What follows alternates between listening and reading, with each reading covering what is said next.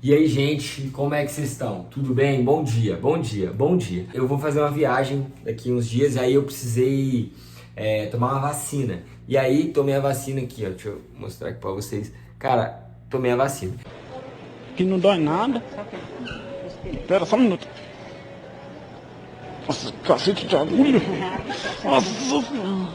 E aí, tipo, legal, tomei e tal. Só que aí teve um problema. No outro dia, cara, foi um mix de coisas. Porque eu não tava sentindo o braço e ao mesmo tempo o braço tava doendo muito, muito. Tava doendo não, né? Que tá doendo hoje, porque hoje é o dia que eu tô gravando esse vídeo. E aí, cara, nossa, doendo muito.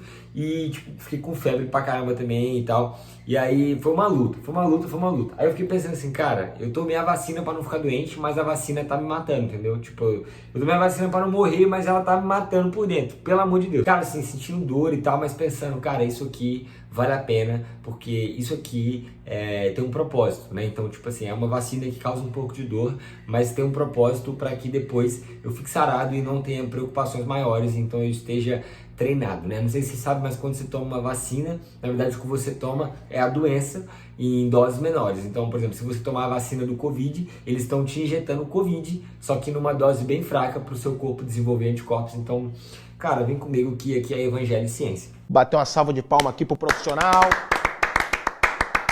E pensando um pouco nessa dor que eu tenho sentido, nisso, da questão da vacina e tal, eu fiquei meditando num texto que eu gosto muito de Hebreus, e Hebreus 5:8, que vai falar um pouco sobre Jesus e fala assim que ele foi aperfeiçoado por meio de seus sofrimentos. Ou então outras versões vão falar que ele aprendeu a obedecer por causa dos sofrimentos e tal, mas enfim, ele foi aperfeiçoado por causa do sofrimento. E eu gosto muito desse texto porque vai falar um pouco sobre ser aperfeiçoado no sofrimento. E isso pra mim tem tudo a ver com a mensagem do Evangelho, que é, cara, você sofre, mas esse sofrimento é pra te aperfeiçoar. Esse sofrimento é pra te fazer crescer. E eu acho isso muito legal. E tem tudo a ver com a vacina, porque você toma a vacina, você sente dor, mas isso é pra que você possa crescer, você possa desenvolver alguma coisa na sua vida. E um outro texto de Hebreus que eu gosto muito é de Hebreus 12:2, que vai falar assim, cara, pra gente correr com fé a caminhada que nos é proposta, com os olhos fixos em Jesus, que ele é o consumador da nossa fé, porque ele também correu a caminhada dele. Eu não tô falando exatamente o versículo, né? Tô falando mais ou menos.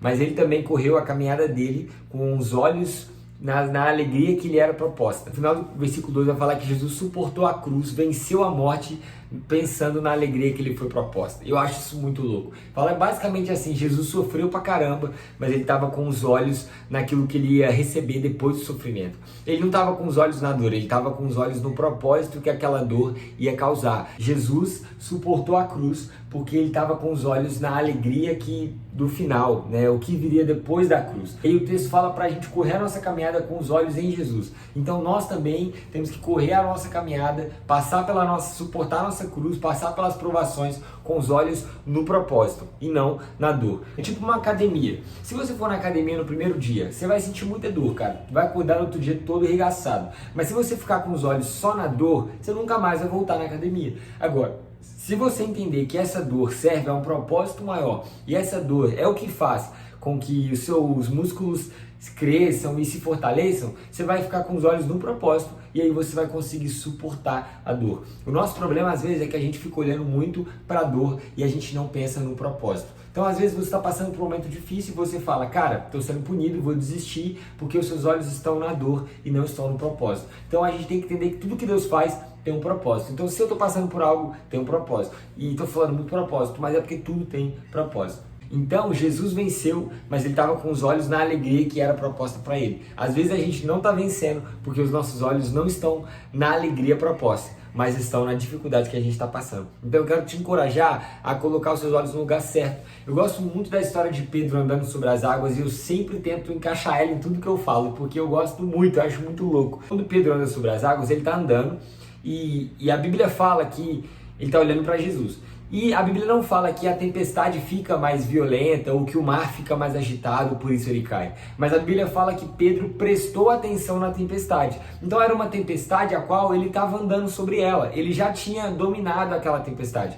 Mas é porque ele estava olhando para Jesus. Quando ele olhou para a tempestade, o vento parecia forte. Mas quando ele estava olhando para Jesus, ele não tinha medo do vento. Então às vezes você está afundando porque seus olhos estão na tempestade e não em Jesus.